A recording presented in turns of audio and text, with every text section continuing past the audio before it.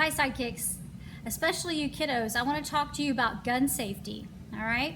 So at University of Sidekicks, Master Nolte teaches adults how to defend themselves against a violent attack by a handgun and also by a long gun. And that's not anything that I teach children, but I do teach children about gun safety. So this video is intended for you. So, I grew up in a home that had firearms. My home still has firearms. My parents were first responders, they were police officers. And I grew up in a home where my parents were in law enforcement. So naturally, there will be firearms in those homes. And my parents taught me about gun safety when I was a little child. And I was a very obedient child, so I obeyed and I listened and I followed directions and I did what my parents asked me to do, which is what I encourage you to do.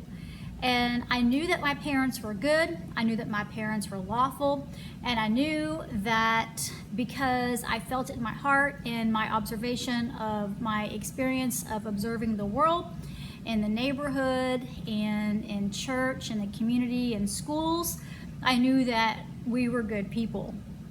I also knew about people that aren't good, people that have bad intentions, and what police officers are there to do, and that is to protect and serve.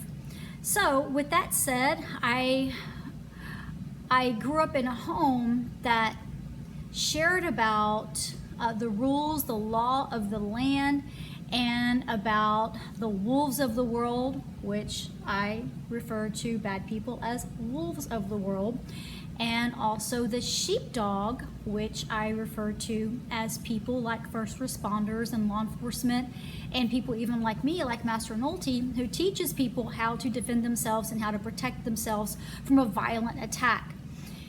And the wolves of the world, they prey upon the sheep.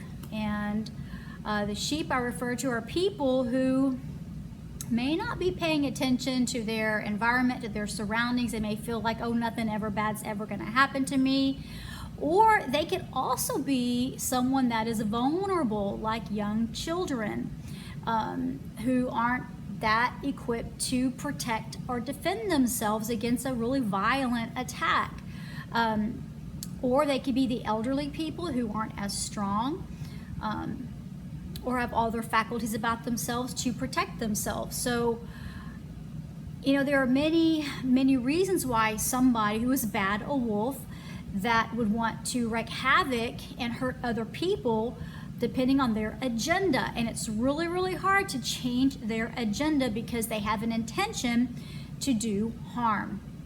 And because we're not always able to change their mind, we don't know what's in their head, we don't know what's in their body chemical-wise, we don't know how they were brought up. We just know that we want to do these things. We want to survive an attack. We want to defend ourselves, counterattack, and win. Win means go home and be safe. So, you may encounter something in your life, hopefully never, but you may encounter violence, and a violent attack could be very, very physical. It could be something that you get very, very hurt by physically. There's also non-physical attacks that are still attacks, like verbal attacks, you know, verbal violence, which could very well escalate to physical altercation.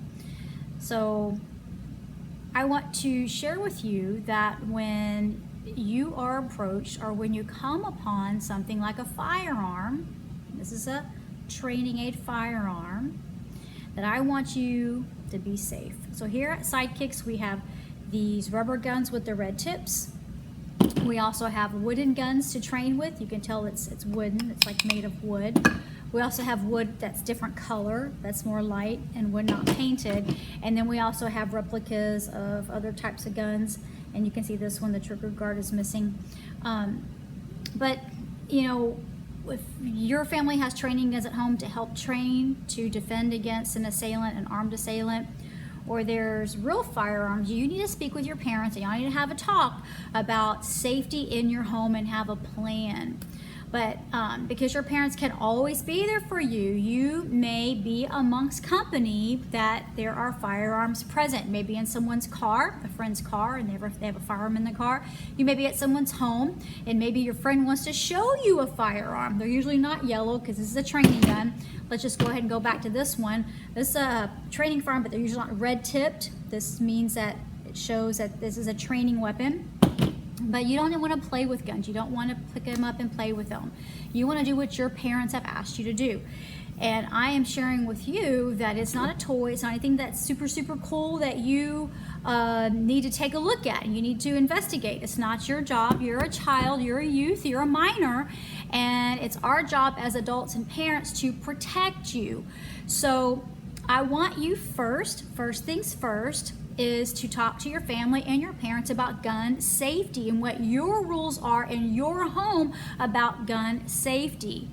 And as you get older and you grow up in tactical self-defense and martial arts, then you can learn more and more about how to defend yourself against a violent attack from a firearm. And I can certainly do that with you. So there's only three places that a firearm should be. And first of all, coming from an adult, firearms are not made for children, designed for children. And so therefore, I do not want you to play with firearms or even train with them right now at a young age. Now, I taught my children when they were about 12 years old, because my children grew up in a home of firearms and family with law enforcement and military, and a mother who was a master black belt and tactical defense instructor and force training instructor and former bodyguard, in which my livelihood required me to have firearms. So therefore they learned early about firearms. So I have a very different lifestyle when it comes to firearms, and also a lifestyle of martial arts and personal protection. Okay? But there are three places a firearm should be, and if it's not in any of those three places, then it's not done properly.